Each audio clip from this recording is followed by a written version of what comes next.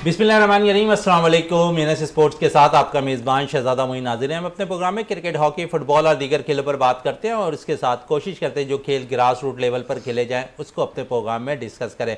Pakistan world cup के लिए squad का ऐलान होना है और अब देखते हैं कि कौन से खिलाड़ी जो अनफिट हैं उन्हें फिट करार देकर टीम में शामिल किया होता हुआ नजर आ रहा है या नहीं, क्योंकि अगर हम देखते हैं तो इस एशिया कप के अंदर भी बहुत से खिलाड़ी अनफिट हुए और बहुत से कप्तान की रजामंदी के साथ ही हमने देखा कि यारी दोस्तियां भी निभाते हुए टीम के अंदर नजर आते हुए दिखाई दे रहे हैं। अम्माद वसीम मुसलसल परफॉर्म कर रहे हैं, टीम का हिस्सा नहीं बन रहे। मोहम्मद आमिर के हवाले से भी खबरें आ रही थी कि शायद उन्हें भी चांस मिल सके इस वर्ल्ड कप के अंदर, लेकिन दूर तक अब तक उनका भी नामो निशान नजर आता हुआ दिखाई नहीं दे रहा है इस टीम के अंदर। दूसरी तरफ अगर देखें तो अब्बास आफरीदी भी बड़ी जबरदस्त है, परफॉर्म करते हुए नजर आ रहे हैं। मुख्तलिफ लीग्स में उन्होंने अच्छा परफॉर्म किया है और साथ साथ पाकिस्तानी टीम के दरवाजे पर दस्तक देते हुए भी नजर आए। फिर इस टूर्नामेंट में सबसे इंपॉर्टेंट चीज है कि स्पिन विकेट के लिए स्पिनर्स का इंतखाब किस तरह किया जाएगा। तो पाकिस्तान के अंदर स्पिनर्स की बात कर ली जाए तो उस्मान कादिर के साथ भी नाइंसाफी होती दिखाई दी और उसके साथ साथ अगर हम देखें तो जाहिद महमूद हैदराबाद से ताल्लुक रखते हैं, लेकिन मुसलसल अच्छे परफॉर्म करने के बावजूद डोमेस्टिक में टीम का हिस्सा बनते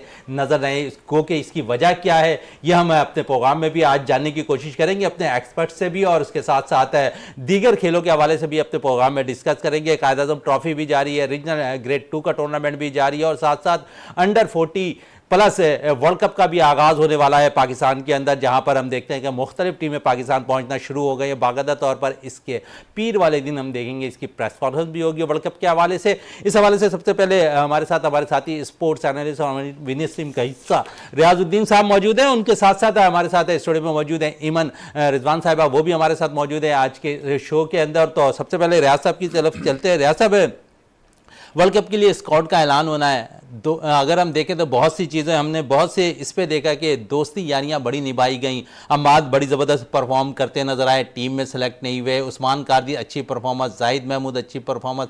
आप समझ रहे हैं कि जाहिद महमूद, उस्मान कादिर और फिर उसामा मीर, ये तीन ऐसे स्पिनर्स हैं जो पाकिस्तानी टीम में इस वक्त है। शायद अगर देखा जाए तीन में से दो का इंतखाब आप समझते हैं कि वर्ल्ड कप स्क्वाड के लिए हो जाए। बिस्मिल्लाहिर्रहमानिर्रहीम, बहुत शुक्रिया शहजादा मोइन। देखें, जिस तरह से पाकिस्तान ने एशिया कप में परफॉर्मेंस पेश की है और जिस तरह से पाकिस्तान की टीम जो है एक्सपोज हो गई है, तो मैं ये समझता हूँ कि अब जो है बड़ी जिम्मेदारी जो है बढ़ गई है पाकिस्तान की टीम पे। अगर तो पाकिस्तान की टीम जो है इस एशिया कप में इंडिया के ख़िलाफ़ और श्रीलंका के ख़िलाफ़ भी निस्बतन बेहतर परफॉर्मेंस का मुजाहरा करती तो ऐसा कोई मसला नहीं था। देखें, खेल में शिकस्त और फ़तह जो है वो खेल का हिस्सा है, अगर वो हो जाए तो कोई अचंभे की बात नहीं होती। लेकिन मैच के दौरान ये नज़र आना चाहिए कि आप लड़ के हार रहे हैं, लेकिन अगर आप ख़ज़ा रसीदा पत्तों की तरह बिखर जाएं और रेत की दीवार साबित हों तो फिर इसका मतलब ये है कि आपकी टीम में वो कैपेबिलिटी नहीं है, वो कैपेसिटी नहीं है जिसके लिए आप जो है मुकाबले के लिए जा रहे हैं। और इस एशिया कप में अच्छी परफॉर्मेंस की ज़रूरत इसलिए भी थी कि आपको वर्ल्ड कप में जाना था। वर्ल्ड कप जो ज़ाहिर है दुनिया क्रिकेट की बड़ी बड़ी मतलब मायानाज टीमें उसमें शरीक होंगी। ऑस्ट्रेलिया जैसी टीम शरीक होगी जिसने सबसे ज़्यादा मरतबा वर्ल्ड कप जीता है। फिर इंडिया होस्ट है, इंडिया की टीम अच्छी है, जनूबी अफ्रीका की टीम होगी, न्यूजीलैंड होगी, इंग्लैंड की टीमें होंगी। तो उन टीमों की मौजूदगी में मतलब ये कि आपको उसी तरह से रिएक्ट करना चाहिए था एशिया कप में। अब जहाँ तक आपने चेंजेस की बात की है तो देखें, मैं ये समझता हूँ कि अब किसी भी टीम में लड़के को इंक्लूड करने के लिए आपको बड़ा माइनॉरिटी मतलब चीज़ों को देखना होगा, इसलिए कि ये चीज़ जो है अब बहुत ही सेंसिटिव हो गई है और इसमें जो है मैं समझता हूँ कि बहुत ही आपको हौसले के साथ और बहुत ही मतलब तवज्जो के साथ आपको फैसला करना होगा कौन से खिलाड़ी को आप लेते हैं, किसको नहीं लेते। मैं ये समझता हूँ कि इस वक्त इस टीम में जो अब सिचुएशन क्रिएट हुई है, जिस तरह से आपका पेस अटैक जिसने पूरी दुनिया के बैटर्स पे एक खौफ तारी कर दिया था, लेकिन वो जिस तरह से कोलैप्स हुआ है अभी इंडिया के ख़िलाफ़, और जिस तरह से हमारी टीम की परफॉर्मेंस ख़राब हुई और आपने देखा कि न सिर्फ हारिस रऊफ़ टीम से बाहर हुए बल्कि उसके साथ नसीम शाह भी मतलब इंजरी की वजह से बाहर हो गए। तो मैं सबसे पहले तो ये पाकिस्तान क्रिकेट बोर्ड से मुतालबा करूँगा कि वो बाकायदा इन्वेस्टिगेट कराएँ कि जब कप्तान या जो टूर सिलेक्शन कमेटी जो है किसी टीम का अनाउंसमेंट करती है किसी भी मैच से पहले, तो क्या उनको नहीं पता था कि आपके लड़के जो है वो मतलब इतने ज़्यादा उनकी मतलब फिज़िकल फिटनेस है कि वो बगैर या तो खेले मतलब इंजरी का शिकार हो जाएंगे या 4-5 ओवर करा के जो है वो अनफिट हो जाएंगे। मैं ये समझता हूँ there is something black in the bottom और इसकी इन्वेस्टिगेशन होनी चाहिए। ये कोई मामूली बात नहीं है। अगर दुनिया की कोई और टीम होती है और उसके साथ अगर इस तरह का केस होता तो बाकायदा मतलब है कि बोर्ड जो है वो इंक्वायरी जो है वो सेट कर देता। लेकिन मैं ये समझता हूँ कि इसमें आपने बिल्कुल अपने इंट्रो में सही कहा कि इसमें पसंद और नापसंद का भी किरदार है, इसलिए कि जब आप अपने जो दोस्त यार हैं उनको एकोमोडेट करेंगे, फैसिलिटेट करेंगे, तो इसमें नीयतों का भी मतलब बड़ा दखल होता है। अगर आपकी नीयत सही नहीं है तो उसका रिफ्लेक्शन जो है टीम की परफॉर्मेंस पे आता है। यहाँ पे दोहरा मेयार है। एक ऐसे खिलाड़ी हैं जो मतलब ये कि साथ साथ मैचेस में अच्छी परफॉर्मेंस पेश करते हैं और किसी एक मैच में अगर उन्होंने ख़राब परफॉर्मेंस पेश कर दी तो उसके नतीजे में आप उसको टीम से बाहर कर देते हैं। और बाद ऐसे खिलाड़ी भी इसी टीम में अभी भी मौजूद हैं जो 8-8 इनिंग्स में फेल हो रहे हैं, लेकिन उसके बावजूद जो है उनको टीम में रखा जा रहा है। और अगर किसी एक में मतलब आखिरी 9वें-10वें में वो अच्छी परफॉर्मेंस का मुजाहरा कर लेते हैं तो 4-6 महीने के लिए फिर पक्के हो जाते हैं। तो ये जो दोहरा मेयार है और ये जो दोहरी सोच है ये टीम की तबाही का मतलब पेशखेमा है। और मैं ये समझता हूँ कि जिस तरह से हमारी टीम मतलब इस तरह से बिल्कुल आउट ऑफ फॉर्म नज़र आई है और बिल्कुल देखें आज के इस जदीद दौर में जबकि क्रिकेट जो है इतनी हो रही है, मैं ये समझता हूँ कि किसी भी टीम के खिलाड़ी को जो बैन अवी सतह पर जो फिटनेस लेवल का म्यार है उसके मुताबिक उसको उस पर पूरा उतरना चाहिए था। आपने जाहिद महमूद की बात की, आपने बात की उस्मान कादिर की बात की, और तीसरा आपने बात की किसकी बात की?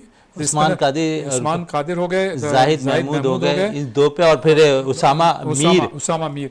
तो मैं ये समझता हूँ देखें इसमें जो सिचुएशन अब क्रिएट हुई है और जो माहौल बना है तो उसमें इमाद वसीम को गो के उनका कंफर्ट लेवल जो है अब बाबर आजम या टीम के सीनियर खिलाड़ियों से नहीं है, लेकिन मैं ये समझता हूँ टीम के मफाद में होगा कि अगर तो आप इमाद वसीम को शामिल करें। फिर देखिए वहाँ की जो पिचेज़ होंगी, अब एशिया कप को तो भूल जाएं, वो तो पानी में जैसा उसको बहा के ले गए, वो तो ख़त्म हो गया। पाकिस्तान के नुक्ते नज़र से तो उसकी कोई अहमियत नहीं रही। और जिस तरह से उन्होंने पाकिस्तान को मतलब ये एशिया कप में जिस तरह ज़्यादती की है वो हमेशा याद रखी जाएगी। लेकिन वर्ल्ड कप में जो अब आपकी टीम होगी ना तो उसमें स्पिन विकेटें होंगी और वहाँ पे सरफराज जैसे आपको सीनियर खिलाड़ी की ज़रूरत होगी। और मैं ये समझता हूँ सऊद शकील के साथ ये मुसलसल ज़्यादती कर रहे हैं और उसकी वजह शायद ये है कि उसकी से नहीं है, उसकी बैक नहीं है, और जिस खिलाड़ी की बैक नहीं होती उसकी कोई से नहीं होती, जिसके पीछे कोई नहीं होता, परफॉर्म तो है, लेकिन उसकी एक्स्ट्राऑर्डिनरी परफॉर्मेंस के बावजूद वो ऐसे माहौल में और इन माफिया के दरमियान एडजस्ट नहीं होता ना।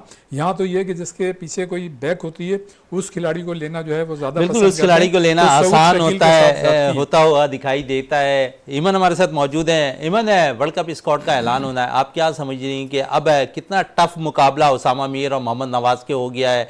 फिर अगर हम देखें तो बैक पे जाहिद महमूद भी हैं, और क्योंकि दोनों की परफॉर्मेंस ऐसे नहीं है कि उन्हें टीम के लिए वर्ल्ड कप के लिए सिलेक्ट किया जाए। फिर अगर तजुर्बे की बात की जाए तो मोहम्मद नवाज सबसे ज़्यादा तजुर्बेकार बॉलर नज़र आ रहे हैं जिन्हें सिलेक्ट होना चाहिए। माहिरीन भी ये कह रहे हैं कि मोहम्मद नवाज मुसलसल 3 साल से पाकिस्तानी वनडे टीम के साथ हैं, अब अगर इस मौके पे उन्हें बाहर कर दिया जाए तो आप समझते हैं उनके साथ ज़्यादती होगी? बिल्कुल मोइन साहब, मोहम्मद नवाज की अगर मैं बात करूं तो 2022 से लेकर अब तक वो पाकिस्तान के लिए सबसे बेहतर इकॉनमी वाले बॉलर रहे हैं, नसीम शाह के साथ मतलब 6 से भी कम जिनकी इकॉनमी मतलब रही है।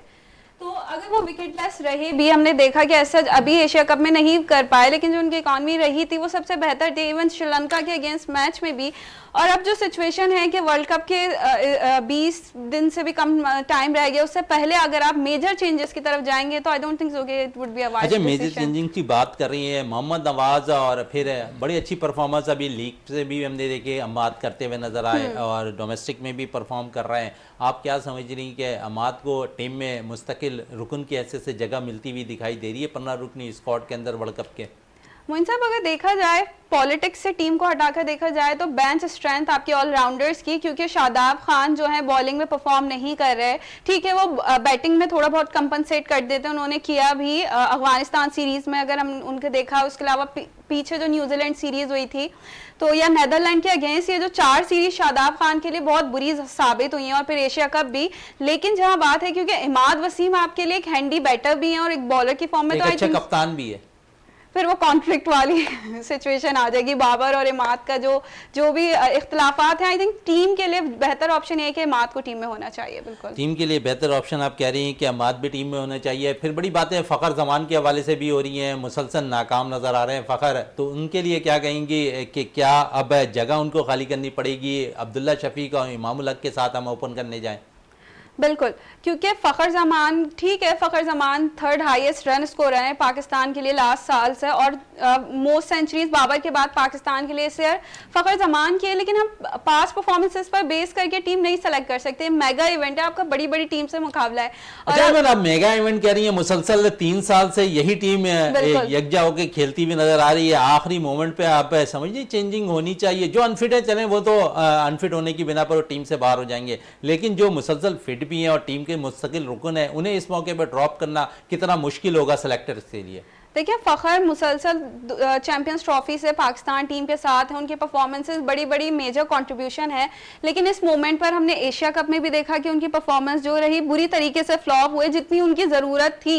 और अब इंडिया की तरफ जाएं तो इंडिया की जो पिचेस हैं वहाँ आपको एक टेक्निकल बैटर चाहिए होगा। वहाँ ये नहीं है कि आप T20 सारे प्लेयर्स ले जाएँ और वो आपको मैच जितवा दें, क्योंकि ODIs में टेम्परामेंट बहुत ज़्यादा मैटर करता है। तो मैं अब्दुल्ला शफीक की बात करूँ, उनकी टेक्निक बहुत अच्छी है, ऑल्दो उनका ODIs का ऐसा एक्सपोजर नहीं है, लेकिन श्रीलंका की स्पिन बॉलिंग के खिलाफ उन्होंने थोड़ा स्टार्ट में प्रॉब्लम हुई, लेकिन उसके बाद जिस तरह उन्हें सेट होकर उन्होंने खेला, तो आई थिंक सो के Abdullah Shafique would be better choice then. फिर दूसरी तरफ आए, मिडिल ऑर्डर्स के लिए बात हो रही है, सऊद शकील के हवाले से मुसलसल उन्हें मौका फराम नहीं किया जा रहा है। सेलेक्टर से क्या उन्हें 15 रुकनी स्क्वाड में शामिल करते दिखाई दे रहे हैं? फिर फ़हीम अशरफ और वसीम जूनियर के अंदर भी दोनों के दरमियान टाई एक होगी, कोई एक ऑलराउंडर टीम के साथ जाता हुआ नजर आएगा? पहले तो मोइन साहब, एक बुरी खबर ये भी है कि नसीम शाह की जो अब स्टार्टिंग के 2 मैचेस हैं वो गैर यकीनी सूरत हाल हो गई, क्योंकि बाबर ने कहा अभी कंफर्म नहीं कि वो वर्ल्ड कप के स्टार्टिंग के 2 मैच खेलें। तो अभी उस पोजीशन के लिए भी पाकिस्तान को कुछ कंपनसेट करना पड़ेगा, और आई थिंक सो कि सऊद को जो है मौका मिलना चाहिए। स्पिन फ्रेंडली आपने बाबर की बात की, बाबर कहते हैं कि हमें मुकम्मल फिट खिलाड़ी चाहिए, जबकि वो खुद एक प्रेस कॉन्फ्रेंस में कहते नजर आते हैं कि मुकम्मल तौर पर नसीम शाह फिट नहीं है, 2 मैचेस के लिए वो जरूर खेलते हुए दिखाई देंगे। आप समझते हैं इतने बड़े मेगा इवेंट के लिए जो है नसीम शाह को सिलेक्ट करना नुकसानदेह साबित हो सकता है? देखिए, इवेंट बहुत बड़ा है, और अगर आपके फिटनेस में थोड़ा भी प्रॉब्लम है तो इतना बड़ा रिस्क लेना इतने बड़े इवेंट के लिए फायदेमंद नहीं होगा। तो आपको कोई ना कोई अल्टरनेट ढूंढ के रखना होगा। की बात हो रही है रियाजुद्दीन साहब, हम मुसलसल अपने प्रोग्राम में भी और दीगर माहिरीन भी यही कहते रहे कि मुख्तलिफ लीग्स, मुख्तलिफ छोटी टीमों के खिलाफ आप अपने फास्ट बॉलर्स को खिलाते नजर आए, वहाँ रस देने की जरूरत थी। आज शायद उसका हम नुकसान उठाते हुए नजर आ रहे हैं। हमारे पास हारिस रऊफ अनफिट है, हमारे पास नसीम शाह अनफिट है, अगर देखें तो मुकम्मल तौर पर शादाब खान भी फिट नजर नहीं आ रहे। क्या कहेंगे, क्यों फिटनेस मसाइल फिर इस वक्त जब वर्ल्ड कप करीब है तो पाकिस्तान को कितने मुश्किलात का सामना है? देखें, जब आप मतलब ये कि चीज़ों पे कंसंट्रेट नहीं करते, फोकस नहीं करते, और लॉन्ग रन को लेके मतलब टर्म के हिसाब से आप अपनी प्लानिंग नहीं करते, और आप छोटे छोटे स्पेल के लिए छोटी छोटी टीमों के ख़िलाफ़ जब मतलब कि इस तरह की प्लानिंग करते हैं, तो फिर उसका नतीजा यही होता है जो हमारी टीम के साथ हुआ है। एक तो ये हुआ है, दूसरा ये कि देखें, हम मतलब हर अच्छे परफॉर्मर को फतह की लालच में उसको हर मैच में शामिल करते हैं। लेकिन इस तरह से मैं आपकी बात कट कर रहा हूं कि इसका नुकसान शायद ये नहीं है कि अब हम वनडे में ज़्यादा, काफ़ी अरसे के बाद हमें वनडे में अच्छे से खेलने को मिले। हम ज़्यादातर T20 क्रिकेट खेलते थे, हमारे फॉर्मेट में 4 ओवर्स करना है, उसके बाद आके ड्रेसिंग रूम में बैठ जाना। तो ये शायद फिटनेस मसाइल का वजह तो नहीं बनी कि हमें अब वनडे क्रिकेट खेलने को ज़्यादा मिल रही है? देखिए, आपने बड़ा अच्छा पॉइंट रेस किया है। मैंने शुरू में एक बात की थी ना कि लॉन्ग टर्म प्लानिंग के तहत हम अपनी तैयारी नहीं करते, लेकिन हमारे लग ऐसा रहा था कि हमारे जितने भी बॉलर्स हैं वो 4 ओवर के बॉलर्स हैं। अभी भी देखें ना, जो अब मतलब ये कि जो पोजीशन हुई है, आपके जो शाहिन शाह अफरीदी थे वो उस तरह की बॉलिंग नहीं करा सके आखिरी 4-5-6 ओवर्स के बाद। आपकी एक और बात मैं काट रहा हूँ, ये बताते हैं कि ये जो जितने भी बॉलर्स हैं हमारे पास है, क्या आप इनमें समझते हैं, क्योंकि आपका वसी तजुर्बा है, आप समझते हैं कि 5 डे क्रिकेट के लिए हमारे पास मौजूद तरीन बॉलर हैं हमारे फॉर्मेट के लिहाज से, जिस किस्म की 5 डे क्रिकेट होती है और खासकर एशियन विकेटों पर? देखिए, मैं तो ये समझता हूँ कि हमारे जितने भी बॉलर्स हैं, और जिस तरह से आप पास्ट में देखते रहे, जिस तरह से इंजरीज़ का शिकार होते हैं, हैमस्ट्रिंग मतलब इनके पट्टे चढ़ जाते हैं, तो लगता है ऐसा है कि हमारे टीम के साथ जो टेक्निकल स्टाफ है, फिजियो है, डॉक्टर्स है, वो हमारी टीम के खिलाड़ियों को जो इस वक्त इंटरनेशनली बैन अल-अक़वामी सतह पर जो एक फ़िटनेस लेवल है, हमारे खिलाड़ी उस मेयार पे कतई तौर पर पूरे नहीं उतरते। और आपने इसकी एक मिसाल देखी होगी कि लास्ट ईयर इन्हीं दिनों में शाहीन शाह अफरीदी इंजर्ड हो गए थे और आपने ये देखा कि मतलब उनको T20 में भी खिला रहे हैं, वनडे में भी खिला रहे हैं, टेस्ट में भी खिला रहे हैं। यानी जो आपके अच्छे परफॉर्मर होते हैं उनको आप इस लालच में हर फॉर्मेट में खिलाते हैं ताकि आप जो है जीत जाएं, आपका नाम हो, मैनेजर की मतलब लोग पीठ थपथपाएं और बेंच ऑफिसर्स की थपथपाएं, कप्तान को कहा यार आपने बहुत अच्छा किया, लेकिन हम लॉन्ग टर्म प्लानिंग की तरफ नहीं जाते। आप ये देखें कितनी बड़ी जगहसाई थी। मैं भी उस वक्त हॉलैंड में मौजूद था, रॉटरडैम में, जब इस वक्त पाकिस्तान और हॉलैंड की सीरीज़ हो रही थी और आप यहाँ से बैठ के हॉलैंड में प्रोग्राम कर रहे थे। तो शाहीन शाह अफरीदी जो थे किट में हुआ करते थे, लेकिन ना वो ट्रेनिंग में हिस्सा लेते थे, ना वो ज़ाहिर पार्टिसिपेट कर सकते थे कि किसी नौजवान को आप ग्रूम करते हैं मजीद। कहने का मकसद यही है कि देखें मतलब बाज स्पेल और पैचेस में आपको चाहिए कि आप अपने नए जो बॉलर्स हों, चाहे वो बैट्समैन हो, मतलब जो भी नए प्लेयर्स हों, जो अपकमिंग हो, जो मतलब इमर्जिंग प्लेयर्स हों, उनको आपको मौके देने चाहिए ताकि वो आगे के लिए तैयार हों। लेकिन हमारी बदकिस्मती ये है कि हम कोई भी फॉर्मेट हो सिर्फ उन प्लेयर्स को चांस देते हैं जिनसे हमें ये उम्मीद होती है कि यार इनकी परफॉर्मेंस के ज़रिए हम जीत जाएंगे और हमारी वाह हो जाएगी। लोग कहेंगे यार आप टीम के कोच थे, आप मैनेजर थे, आप टीम कप्तान थे, आपकी टीम जीत रही है। लेकिन लॉन्ग टर्म जो हमें प्लानिंग करनी चाहिए, मजीद भी आपसे बात करेंगे पाकिस्तानी टीम के हवाले से, डोमेस्टिक क्रिकेट के हवाले से। थोड़ी सी बात है टेस्ट क्रिकेट की कर लें ईमन से भी। ईमन है, जिस तरह हम देखते हैं कि हम रियाज साहब से भी बात की मैंने कि 5 डे क्रिकेट के लिए हमारे पास कोई ऐसा बॉलर नहीं है जो लंबे स्पेल कर सके, 40 ओवर 50 ओवर। माजी में हम देखते थे वसीम अकरम, वक़ार यूनुस, आकिब जावेद ये ओवर कर लिया करते थे 40-50, लेकिन अब कोई ऐसा बॉलर नहीं है। हर कोई छोटे मैचेस और खासकर T20 पे फोकस करता दिखाई देता हुआ नजर आ रहा है। एक बॉलर हमारे पास निकल कर आया मोहम्मद अब्बास, जिसे शायद सिलेक्टर की पसंद नापसंद की भिड़ चढ़ता हुआ नजर आ रहा है। डोमेस्टिक क्रिकेट में अच्छी परफॉर्मेंस दे रहे हैं मोहम्मद अब्बास, काउंटी क्रिकेट में अच्छी परफॉर्मेंस दे रहे हैं मोहम्मद अब्बास, लेकिन सिलेक्टर की निगाह में वो नजर नहीं आ रहे। क्या वजह है कि हम अपने टैलेंट को खुद जाया करते हुए नजर आते हैं? मोइन साहब, पाकिस्तान क्रिकेट के कल्चर की अगर बात करें, यहाँ पसंद नापसंद वाला फैक्टर बहुत ज़्यादा है, क्योंकि बहुत से ऐसे नाम गुजरे जिनको मौके नहीं मिले। जैसा इमाद वसीम का है, क्योंकि परफॉर्म तो वो कर रहे हैं लेकिन वो पसंद नापसंद। उसके अलावा मैं अबरार का भी बिल्कुल जिक्र करूंगी, अभी डोमेस्टिक में भी he is doing good, but still उनका ODI की तरफ अभी डेब्यू का कोई भी ऐसा प्लान नहीं है PCB का। तो हम लोग ग्रूम तो कर ही नहीं रहे प्लेयर्स को। आप उन्हीं नाम पे बार बार जा रहे हैं, आप हर फॉर्मेट के हिसाब से तो ग्रूम कर ही नहीं रहे। हम श्रीलंका की मिसाल देखें, ठीक है उनके 4 से 5 बड़े प्लेयर थे, वो नाम नहीं थे, उन्होंने अपनी यंग टीम के साथ जीता क्योंकि वो ग्रूम करते हैं। उनकी स्कूल लेवल क्रिकेट बहुत बेहतरीन है पाकिस्तान के मुकाबले में। पाकिस्तान क्रिकेट बोर्ड का अभी ये कॉन्सेप्ट नहीं है कि वो ग्रास रूट लेवल से लेकर प्लेयर को आए हर फॉर्मेट के लिए तैयार करे। बड़ी जबरदस्त बात कह रही थी ईमन, इसी पे आ जाते हैं। अब रियाज साहब ये बता दें, डोमेस्टिक क्रिकेट जारी है, कायद-ए-आज़म ट्रॉफी जारी है, अगर हम देख लें तो वहां पर खुर्रम मंजूर, जिसका शायद अब कोई फीचर नहीं है पाकिस्तान के लिए खेलना, उनको बाकायदा तौर पर टीम के साथ मुंसलिक किया जाता है। दीगर और प्लेयर्स हैं जिनके 36 साल 37 साल एज के प्लेयर कायद-ए-आज़म ट्रॉफी में सिंध की नुमाइंदगी करते हुए नजर आ रहे हैं। रियाज साहब क्या कहेंगे, आप खुद इस चीज़ के गवाह हैं और ऐसी चीज़ें अब शायद होती हुई नजर आ रही। यहाँ पर नौजवान खिलाड़ियों को अगर ज़्यादा दे दिया जाता मौके तो वो ज़्यादा बेहतर है फ्यूचर में नजर आते पाकिस्तान के लिए, क्योंकि अब तो खुर्रम मंजूर का शायद फ्यूचर नजर नहीं आ रहा है। देखिए शहजादा, इस हद तक तो बात सही है कि जितने भी आपके इमर्जिंग प्लेयर्स हैं और जो ग्रास रूट लेवल पर जो कम उम्र लड़के हैं या अंडर 18 है, अंडर 19 है, 24 हैं, उनको यकीनन मौके मिलनी चाहिए, बल्कि उनकी हौसला अफजाई भी करनी चाहिए। इसलिए कि अब जो दौर है वो ज़ाहिर है नौजवानों का है। लेकिन मैं एक दूसरी बात और करूँगा कि देखें, इसमें एज लिमिट की पाबंदी नहीं होनी चाहिए। अगर कोई भी खिलाड़ी नहीं, वैसा मेरा बेसिकली कहना यह था कि खुर्रम मंजूर शायद अब जितने भी परफॉर्म कर रहे हैं टीम में वापस नहीं आ सकते, तो बजाय इसके हम वहाँ पर नौजवान खिलाड़ियों को चांस दे सिंध की जानिब से, वहाँ पर हम खुर्रम मंजूर को ट्राई कर रहे हैं। फिर हमने भी देखा कि बलूचिस्तान में T20 मैचेस खेले गए, वहां पर सिंध की टीम बनी, 2 टीमें सिंध की गई व्हाइट्स और ग्रीन बनकर, और दोनों का हाल जो है आपके सामने है। वहां पर उनको शिकस्त हुई और ऐसी शिकस्त हुई कि शायद अगर वो मीडिया में बहुत ज्यादा हाईलाइट होती तो बहुत तनकीद का निशाना बनाया जाता। खासकर पाकिस्तान के जो रीजनल की टीमें अभी बनी हैं, रीजनल के हवाले से जो लोगों ने अपने ओहदे संभाले हैं, उस सिलेक्शन पे भी सवालिया निशानात उठते हुए दिखाई देते। देखें, बदकिस्मती से हमारा जो कल्चर है ना, हमारे माशरे की अखलाकी अक़दार जो है क्लब्स कर गई हैं और ज़िंदगी के मुख्तलिफ़ शोबों में उसका रिफ्लेक्शन है। ज़ाहिर है क्रिकेट भी उससे बाहर नहीं है, और क्रिकेट की चाहे सिलेक्शन कमेटी हो या कोई सी भी मतलब एसोसिएशन हो, सब उससे बाहर नहीं है। अच्छा, इसलिए कि देखें, जो मैं एक बात कर रहा था ना आपसे पहले कि देखें, इसमें अव्वल तो एज लिमिट होनी नहीं चाहिए।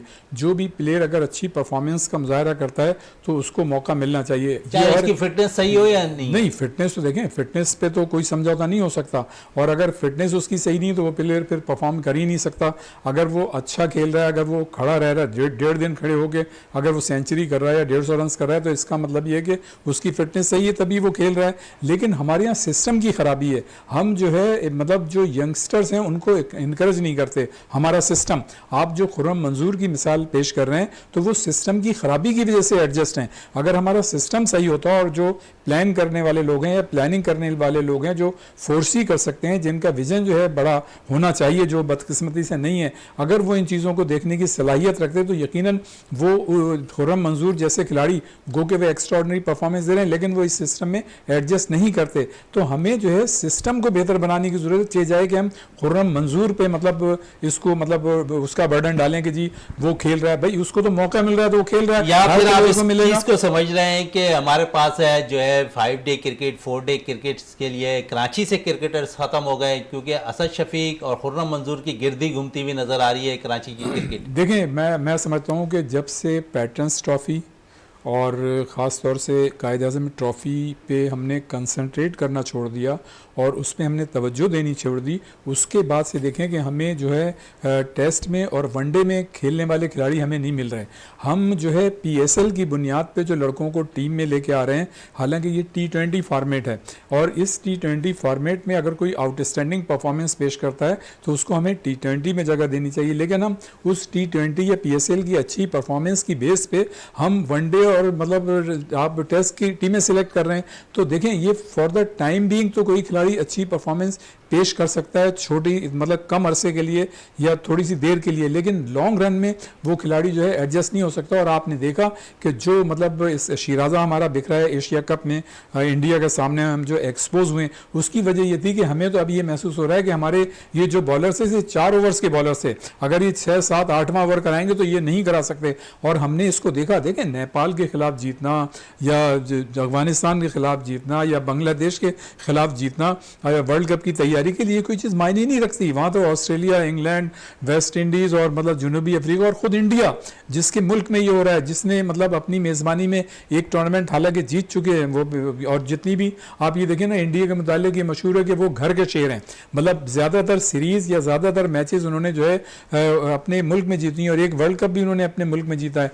और शायद यही वजह कि इंटरनेशनल क्रिकेट काउंसिल ने इस दफ़े पाबंद किया है कि जो विकटें हैं वो तमाम मुल्कों के खिलाड़ियों की लिए मतलब सपोर्टिंग होनी चाहिए, और इंडिया के जो प्लेयर्स या जो इंडिया की टीम है जिस पे वो एक्सपर्टीज़ रखती है उस तरह की विकटें नहीं होनी चाहिए। लेकिन अब देखना ये है कि उस पर किस तरह से मतलब वो इम्प्लीमेंट होता है उसका दिखाई देता है। इमन है, इस पे भी विकटों के हवाले से भी बात कर लें, वहाँ पर मौसम का भी बड़ा अमल दखल रहेगा इंडिया में जब वर्ल्ड कप स्टार्ट होगा।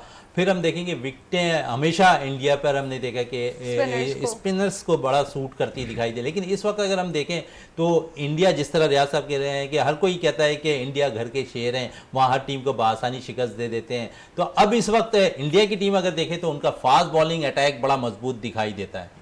बिल्कुल, इंडिया का फास्ट बॉलिंग अटैक, बुमराह जब से वापसी हुई है बहुत अच्छी परफॉर्मेंस दे रहे हैं, भरपूर तौर पर सिराज भी साथ दे रहे हैं और स्पिन डिपार्टमेंट भी कुलदीप यादव की प्रेजेंस में काफी अच्छा परफॉर्म कर रहा है। तो it would be great to see कि अब इंडिया फास्टर, क्योंकि इंडिया के स्पिनर्स तो हमने देखे हैं काफी अच्छे रहे, लेकिन अब पेसर्स जो हैं इंडिया के काफी अच्छा परफॉर्म कर रहे हैं, तो उन पिचेस पर देखना होगा कि स्पिन पिचेस पर उनकी क्या जो है वो परफॉर्मेंस चले स्पिन विकेटों पे क्या वो एक्सपेक्ट कर सकते हैं अपने स्पिनर्स से। दूसरी तरफ अगर हम देखें तो हमारे पास जो ऑलराउंडर है वसीम जूनियर और फहीम अशरफ, क्या समझिए इन दो में से एक प्लेयर्स को जाना चाहिए, और फिर मोहम्मद हारिस आप समझ रही कि वर्ल्ड कप टीम का हिस्सा हो या फिर हम सरफराज पे जाएं? अच्छा, एक बात मैं कहना चाहूंगी कि हारिस ओडीआई का प्लेयर नहीं है, क्योंकि जैसे सर कह रहे थे कि पीएसएल के परफॉर्मेंसेस पर हम ओडीआई में भी खिला रहे हैं, तो तमामी प्लेयर्स को जो है पीएसएल के बेस पे खिला रहे हैं। बिल्कुल, ओडीआई में भी, और ओडीआई में टेम्परामेंट बहुत मैटर करता है। और हारिस की अगर हम परफॉर्मेंस देखें, हारिस का एवरेज जो है 7 बॉल्स पर इनिंग, यानी उन्होंने अभी तक 35 बॉल्स खेली हैं 5 इनिंग्स में। तो इट मींस ना कि उनका टेम्परामेंट नहीं है। ओडीआई पे आपको लॉन्गर मतलब स्टे करना पड़ता है क्रीज पर, तो जिस बंदे में अभी टेम्परामेंट नहीं, हो सकता है इन फ्यूचर हो, तो हम ओडीआई के लिए उन्हें कैसे एक्सपेक्ट कर सकते हैं। उनकी जगह अगर आपको बैकअप विकेट कीपर, तो सरफराज जो है बेहतर चॉइस होगा, क्योंकि मिडिल ऑर्डर में कोई ऐसा बैटर हो जो आपके इनिंग्स को एंकर कर सके। और सरफराज एक्सपीरियंस भी बहुत है। डोमेस्टिक क्रिकेट में सरफराज अहमद इस वक्त बड़ी जबरदस्त बैटिंग का मुजाहरा कर रहे हैं कराची की जानिब से, और हम देखें तो वहां पर उन्होंने एक नीफ सेंचुरी स्कोर की, फिर एक 70 रन की इनिंग खेली उन्होंने, और एक 86 रन की इनिंग खेलते हुए दिखाई दी है सरफराज अहमद। तो अच्छा इस वक्त अगर देखें तो डोमेस्टिक में परफॉर्म करते हुए सरफराज नजर आ रहे हैं। अब देखते हैं कि सेलेक्टर से किस तरह उनको जो एतमाद में लेते हैं या एतमाद के साथ टीम में सेलेक्ट करते हैं, क्योंकि नंबर 6 पोजीशन पर अगर देखें तो हमने मोहम्मद हारिस को भी ट्राई कर लिया, फिर सऊद शकील अभी टीम के साथ ज़रूर मौजूद है। अब देखते हैं कि वर्ल्ड कप स्क्वाड में अगर उनका नाम आता है तो नंबर 6 पोजीशन पर सरफराज खेलते नजर आएंगे या फिर सऊद शकील, क्योंकि अगर हम देखें तो सरफराज की अगर सिलेक्शन होती तो 2 विकेट कीपर हम समझते हैं कि एज ए बैटर सरफराज को टीम में ज़रूर खेलना चाहिए, और जब वो 11 रुकनी स्क्वाड में हो तो मिडिल ऑर्डर 6 नंबर पोजीशन पर सरफराज से बेहतर स्पिनर्स को कोई खेलता हुआ दिखाई नहीं देगा। रियाज साहब, शहजादा, मैं तो ये कहता हूँ कि हमारे सिस्टम में इतनी बड़ी ख़राबी है और इतना दोहरा मेयार है, मतलब प्लेयर्स के लिए अलग अलग माहौल है, जिनसे आपका कंफर्ट लेवल है, चाहे उनकी परफॉर्मेंस ख़राब है या उसमें वो सूट करते या नहीं करते, आप उनको टीम में रखेंगे। सरफराज पाकिस्तान की हिस्ट्री का वो वाहिद कप्तान है जिसने आईसीसी के 2 इवेंट जीते हैं, और इनके सिलेक्टर्स को यकीनन ये पता है।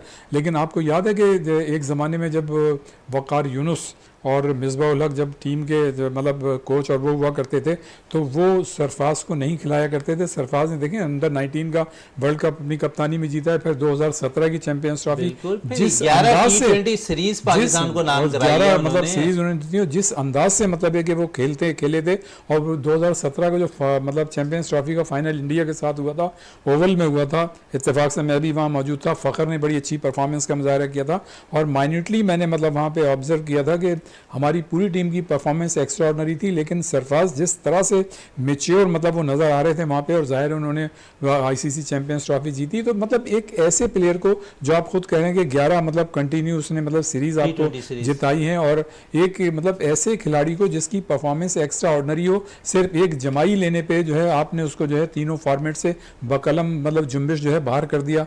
तो मैं समझता हूँ कि ये बहुत गलत बात है। और जब आप ज़ाती मफादात को मतलब ये कि आगे रखें कौमी मफादात से, और मतलब छोटी छोटी चीज़ों को किसी की इग्नोर ना करें, और किसी की बड़ी बड़ी चीज़ों को इग्नोर करके उसको टीम में शामिल कर लें, और जब इस तरह का दौरा में आ रहा हो तो फिर मतलब ये कि कहना तो नहीं चाहिए, हम तो खैर अपनी टीम के साथ हैं कि अल्लाह ताला हमारी इसमें बहुत सी मिसालें हैं आपके सामने ही है। रियाजुद्दीन साहब, उमर अकमल की मिसाल है, अहमद शहजाद की मिसाल आपके सामने, दोनों की बिहेवियर, लेकिन एक अच्छे बैटर्स के तौर पर वो दोनों माने जाते हैं दुनिया भर के अंदर। अब आप शहजादा बड़ा सही पॉइंट आउट किया। आप देखें कि अहमद शहजाद का और उमर अकमल का करियर, मैं समझता हूँ उनमें इतना पोटेंशियल था, उनमें इतनी क्रिकेट बाकी थी कि आप उनको आगे ले जाके खिला सकते थे, उनसे आप अच्छी परफॉर्मेंस ले सकते थे।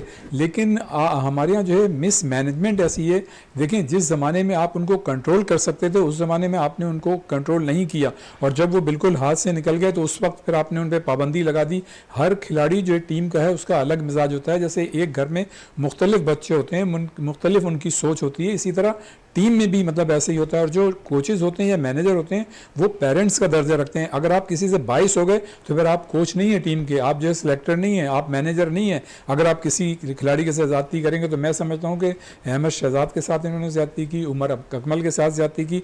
जहाँ जहाँ उनको जिन चीज़ों का पाबंद बनाना चाहिए था उस वक्त आपको इंटरवीन करके उनको तंबीह करनी चाहिए थी, उनको पनिश करना चाहिए था। लेकिन आपने जो है मतलब उनके कैरियर से खेल गए और वो आज बाहर हैं। इसी तरह धानी को देखें आप, जिस मतलब वक्त तो उनको लेके आना चाहिए था, जिस वक्त वो एक्स्ट्रा ऑर्डिनरी परफॉर्मेंस दे रहे थे। एक रिदम होता है, देखें एक खिलाड़ी जब अच्छी परफॉर्मेंस देता है तो वो उसको इस बात की उम्मीद होती है कि उसका इत्मीनान बहाल करने के लिए उसको चांस मिलेगा, लेकिन जब आप उसको उस वक्त मौका नहीं देते तो फिर दिल बर्दाश्त हो जाता है। इंसान है, मतलब इंसान के दिल में जो है वो गोश्त का ही दिल है ना, लोहे का तो नहीं है। लेकिन अगर आप किसी प्लेयर के साथ ज्यादती करेंगे तो फिर वो मतलब अब जो सलूक आप जिस तरह से आपने सरफराज के साथ किया उसको तो टीम में होना चाहिए था, आपने उसको बाहर किया हुआ है, ठीक है। हाल आपने हारिस को ले लिया, जैसा कि अभी इन्होंने बताया कि हारिस जो है वो T20 का प्लेयर है और अभी वो मैच्योर नहीं है। आपने जो है इतने बड़े इवेंट के लिए और उसको जो है मतलब अभी रखा हुआ है इस चांस में कि आप उसको वर्ल्ड कप में लेके जाएंगे। मैं प्रेशर भी तो हो सकता है कि शायद अगर सरफराज टीम के साथ मौजूद होंगे तो मोहम्मद रिजवान पे प्रेशर होगा। आप समझ रहे हैं कि ये प्रेशर शायद इस बेस पे मोहम्मद हारिस को रखा हुआ है कि ठीक है मोहम्मद हारिस टीम के साथ है लेकिन इन चांस ये तो आप उस वक्त कहें जब आपकी थिंकिंग जो है लिमिटेड है। अगर आपका विजन बड़ा है, आप लोगों को बर्दाश्त करने की आप में सलाहियत है, पेशेंस है, टॉलरेंस है, तो इसी चीज़ को आप पॉजिटिव में देखेंगे और मतलब रिजवान को भी रखेंगे, आप सरफराज को भी रखें। बेशक आप नंबर 1 विकेट कीपर जो है रिजवान को रखें, आप खिलाएं, लेकिन जहां ज़रूरत हो, खुदा ना खास्ता मतलब देखें खुदा ना करे, मतलब हम चाहते हैं रिजवान फिट रहें वही खेलें, लेकिन कोई ऐसा मतलब हो सकता है कि अगर रिजवान ना खेल सकें तो मैं समझता हूं कि हारिस से बेहतर चॉइस जो है वो आपकी सरफराज है।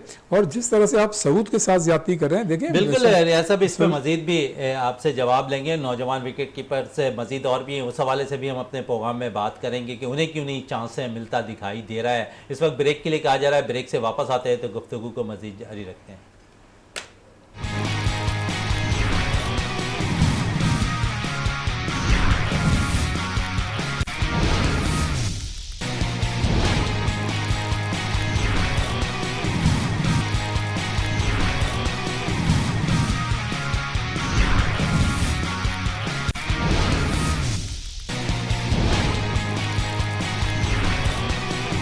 बिल्कुल जिस तरह हम वक्त से पहले बात कर रहे थे अहमद शहजाद के हवाले से और उमर अकमल के हवाले से, तो इस वक्त कायद-ए-आज़म ट्रॉफ़ी जारी है। आज लाहौर वाइट्स और लाहौर पंडी के दरमियान माबैन जो है रेंजिंग के मैचेस खेले जा रहे हैं और जहां पर हम देखते हैं कि हमने अहमद शहजाद की बात की तो अहमद शहजाद ने आज सेंचुरी स्कोर की है। ज़रियाब ने भी उनका भरपूर तौर पर साथ दिया है और लाहौर की जानिब से दोनों प्लेयर्स खेल रहे हैं। पहली विकेट की पार्टनरशिप में 234 रन इन्होंने स्कोर किया पिंडी के खिलाफ और अच्छा मैच वहाँ पर इस वक्त जारी है लाहौर में। अगर हम बात कर लें कि अहमद शहजाद के हवाले से काफ़ी बातें हो रही थी कि वो गुस्से के बड़े तेज़ हैं, मजीद और उनकी परफॉर्मेंस पे बात कर लेते हैं। रियाजुद्दीन साहब मौजूद हैं। रियाज साहब क्या कहेंगे अहमद के हवाले से? भी कुछ देर कबल ही हम बात कर रहे थे और अहमद शहजाद ने फिर एक लंबी इनिंग खेल ली है कायद-ए-आज़म ट्रॉफी में 128 रन की। देखिए अहमद शहजाद और उमर अकमल जैसे खिलाड़ी हैं, या और भी बहुत सारे खिलाड़ियों के मैं नाम ले सकता हूँ, ये बड़े टैलेंटेड खिलाड़ी हैं और इन्होंने अपनी जो परफॉर्मेंस थी एक्स्ट्रॉर्डनरी उसको गाये बगाए प्रूफ किया है। हाँ ये ज़रूर बात है कि जो आपने एक बड़ा टची मतलब बात की कि ये थोड़े से एग्रेसिव हैं, बिल्कुल हैं एग्रेसिव। देखिए हर खिलाड़ी का मिजाज अलग होता है। जैसे मैंने पहले कहा कि घर में मतलब 4-5 जो बच्चे होते हैं उनके मुख्तलिफ मिजाज जो हैं मुख्तलिफ होते हैं। कोई जो है मतलब सब्ज़ी खाता है, कोई जो है गोश्त खाना पसंद करता है, कोई चिकन खाता है। हर एक किलो अब तो आजकल तो घर में मतलब 4 बच्चे हैं तो 3 डिशें तो बनती हैं। तो कहने का मकसद ये कि इसी तरह जो टीम में बच्चे होते हैं उनको जो कोचेज़ होते हैं हमारे या जो मैनेजर्स होते हैं उनको उसी तरह से ट्रीट करना चाहिए, उसी तरह से डील करना चाहिए। आपको ये पता होना चाहिए कि उस खिलाड़ी का मिजाज क्या है और अगर उसको फिर उसी तरह से डील करना चाहिए ताकि मतलब किसी भी किस्म की कोई बदमज़गी पेश ना आए और आपकी जो टीम की मजमूई परफॉर्मेंस है उस पर कोई असर ना पड़े। अगर तो आप ऐसा करने में कामयाब होते हैं तो आप बेहतरीन कोच हैं, बेहतरीन मैनेजर हैं, टीम के बेहतरीन स्टाफ हैं। और अगर आप इस तरह से नहीं कर सकते तो इसका मतलब है कि आप उस खिलाड़ी के साथ ज़्यादती कर रहे हैं और यही ज़्यादती जो है उमर अकमल और अहमद शहजाद के साथ होती रही। गो के वो एग्रेसिव थे, बाज़ औक़ात उन्होंने ज़ाहिर है वो चीज़ें की जो उन्हें नहीं करनी चाहिए, लेकिन इन चीज़ों को भी जो बड़े होते हैं उनको लेकर चलने का एक तरीक़ाकार होता है। बहरहाल अब आप देखेंगे अहमद शहजाद जैसा आपने कहा कि आज ही उन्होंने अभी सेंचुरी की है, लेकिन अब वो जितनी भी मतलब परफॉर्मेंस देंगे इस बात के इम्कानात बहुत कम हैं कि मतलब वो आइंदा टीमों में आए। लेकिन मैं ये कहता हूँ कि इस परफॉर्मेंस पे उनको टीमों में आना चाहिए, उनकी जगह जो है टीमों में होनी चाहिए।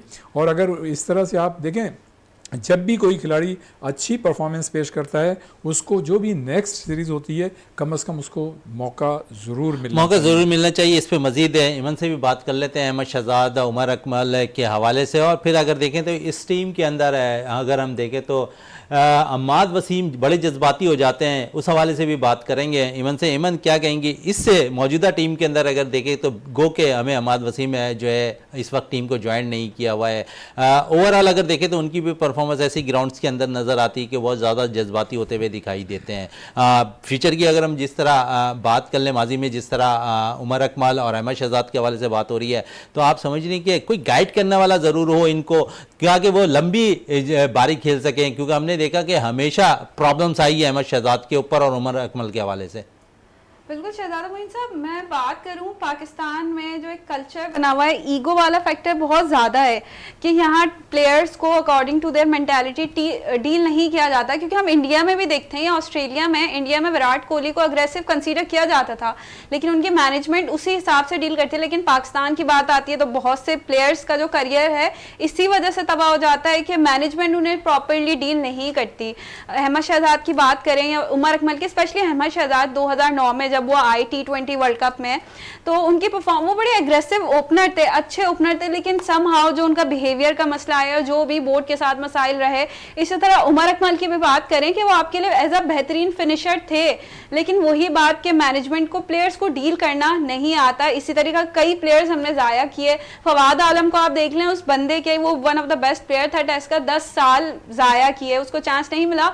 तो ये जो फैक्टर है ना कि जो प्लेयर आपको पसंद नहीं है या अगर आपका उससे कॉन्फ्लिक्ट है सोच को लेकर, तो वो टीम में नहीं होगा। ये चीज़ मैनेजमेंट को और कप्तान को समझनी पड़ेगी। अगर आपका इमाद से कोई कॉन्फ्लिक्ट है, टीम ज़्यादा मैटर करती है, आपके पर्सनल ईगो या इश्यूज बाद में आते हैं। बिल्कुल, मसाइल बाद में आते हैं। रियाज साहब, बात हो रही थी थोड़ी देर पहले, जिस तरह ये भी कह रही है उमर अकमल और अहमद शहजाद की, लेकिन हम देखें तो एक वक्त था जब इमरान खान बड़े फैसले किया करते थे।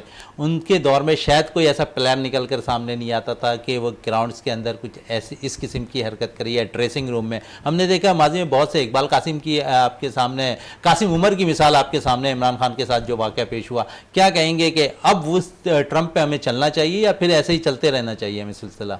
देखें, अगर उस वक्त किसी प्लेयर्स के साथ ज़्यादती होती थी तो वो भी नहीं होनी चाहिए। जैसे कासिम उमर के साथ इकबाल कासिम ले लें, सलीम मलिक ले लें, जावेद मियांदाद ले लें। 92 का वर्ल्ड कप आप देख लें, जावेद मियांदाद यहाँ थे, टीम चली गई थी, बाद में फिर उन्होंने टीम को ज्वाइन किया और उन्होंने एक्स्ट्राऑर्डिनरी परफॉर्मेंस का मुजाहरा किया। बल्कि जावेद मियांदाद ही मैं समझता हूँ कि हर मैच में परफॉर्मेंस देते रहे, गो के सब ने परफॉर्मेंस दी।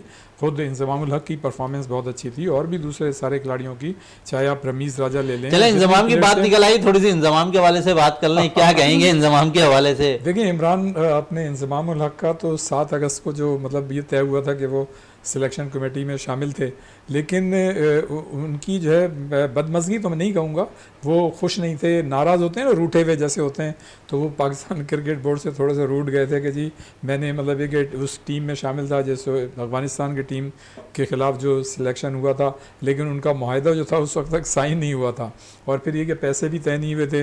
फिर उसके बाद जो है मतलब वो उसके बाद भी मतलब उनके साथ मसाइल रहे।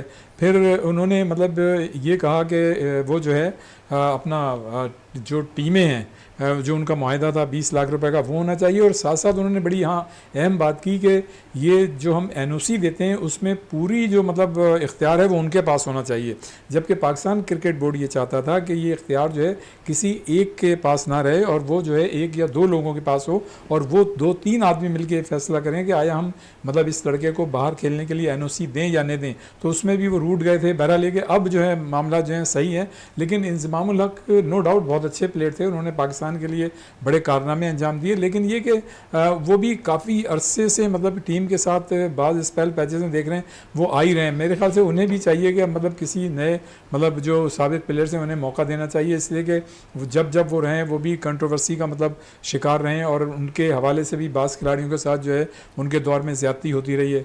तो मैं ये समझता हूँ बहरहाल अब तो उनके मतलब 20 लाख रुपए उन्हें तनख्वाह मिलेगी और मेरे ख्याल से मुआहदा भी हो गया होगा और अभी ये तय होना बाकी है कि जो ओवरसीज मतलब जो हमारे प्लेयर बाहर जाया करेंगे लीग वगैरह खेलने, उसमें मतलब है कि उस एनओसी की टीम, एनओसी देने वालों की टीम में तो शामिल होंगे, लेकिन बोर्ड ये चाहता है कि इख्तियार जो है किसी एक के सब पास ना हो, और इंतज़ाम चाहते थे कि सिर्फ उन्हीं के पास ही इख्तियार हो।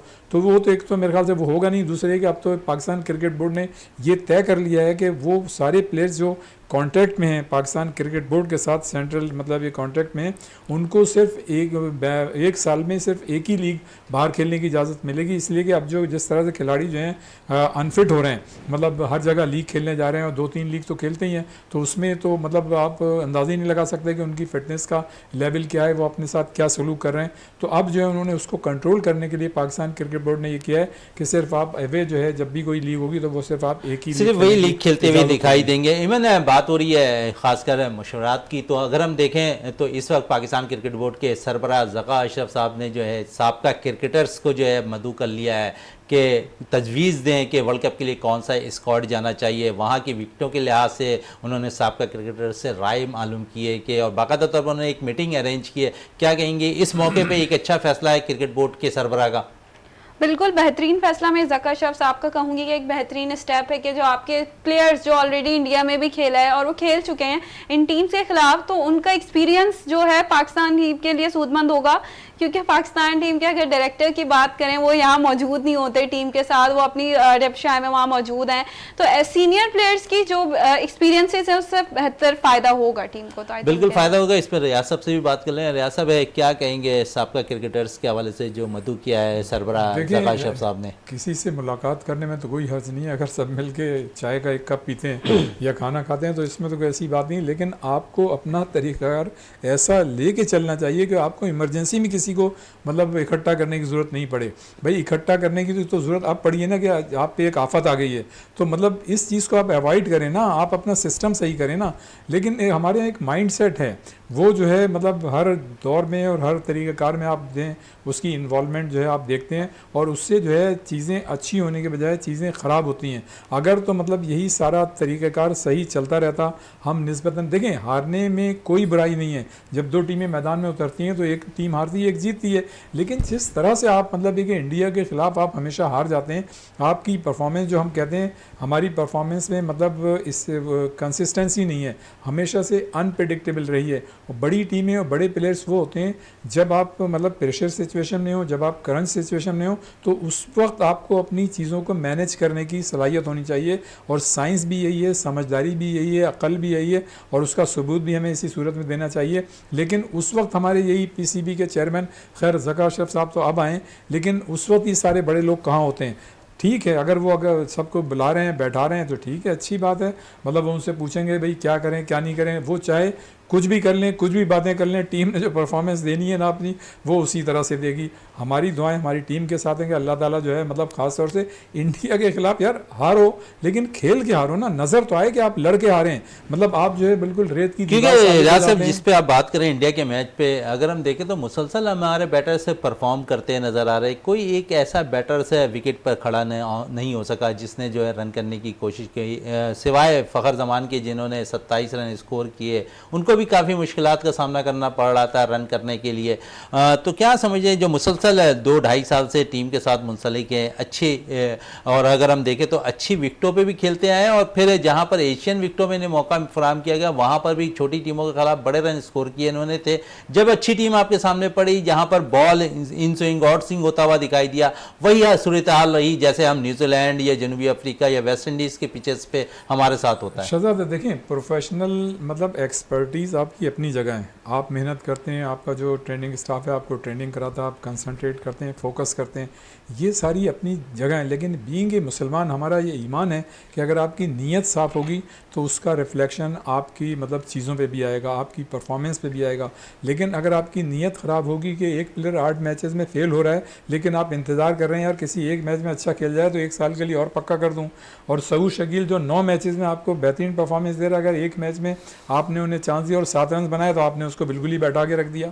तो जब ये अप्रोच होगी आपकी और इस अंदाज से आप मतलब डबल स्टैंडर्ड होगा तो आप लाख मतलब ये कि अच्छी परफॉर्मेंस देते हैं, लाख सुपर फिट हों, लेकिन अगर नीयत ही ख़राब होगी, आप अपना मतलब ये कि आप दोहरा म्यार रखेंगे तो फिर टीम का असर ये होता है। लेकिन इसके बावजूद मैं ये कहता हूँ कि हमारी दुआएं जो है हमारी टीम के साथ हैं, कि वो अच्छी परफॉर्मेंस पेश करे और खुदा करे कि मतलब वर्ल्ड कप में जो आपने मायूस किया है ख़ास तौर से एशिया कप में उस तरह की परफॉर्मेंस ना पेश करें। और भाई अगर आइंदा कभी इंडिया के साथ आपका ऐसा मैच फंसे ना कि वो आपको हाइब्रिड मॉडल पे पेश करे तो खुदा के वास्ते आप जो है घर बैठें और जिंदा कौम होने का चले हाइब्रिड मॉडल पे थोड़ी सी बात है, ईमन से भी कर लेते हैं। ईमन, क्या का आप हौसला समझती हैं कि पैदा फैसला करें। दुरुस्त था पाकिस्तान क्रिकेट बोर्ड का? नहीं, मैं यही कहूंगी कि पीसीबी को चाहिए था थोड़ा ब्रेव डिसीजन लेता। ठीक है, इंडिया नहीं आ रहा था, खेल रहा था, आप पार्टिसिपेट नहीं करते बीइंग अ होस्ट। ठीक है कि आपको सैंक्शंस का इशू होता है, लेकिन आपको थोड़ा सा ब्रेव होना पड़ता कि आप बोलते कि ठीक है, नहीं, अगर आप नहीं आ रहे तो हम वर्ल्ड कप में नहीं आएंगे। आईसीसी की सैंक्शंस आई नो कि वो हो जाती हैं, लेकिन आप इंडिया को एटलीस्ट थोड़ा तो डराते, आप थोड़ा तो शो करते कि हाँ भाई हमें पावर है, हमें विल पावर है। लेकिन आप बड़ा इजीली उनसे निगोशिएट कर रहे हैं और उन लोगों के इंडियन बोर्ड जो है अपना बिहेवियर बरकरार रखा हुआ था। तो देखिए, हाइब्रिड मॉडल का नुकसान पाकिस्तान को बहुत ज्यादा हुआ है। मैचेस वॉश आउट हुए हैं, प्लेयर्स कंसिस्टेंटली ट्रैवलिंग कर रहे थे। लीग्स ठीक है जो शायकीन क्रिकेट कितने मायूस हुए ये बता दें।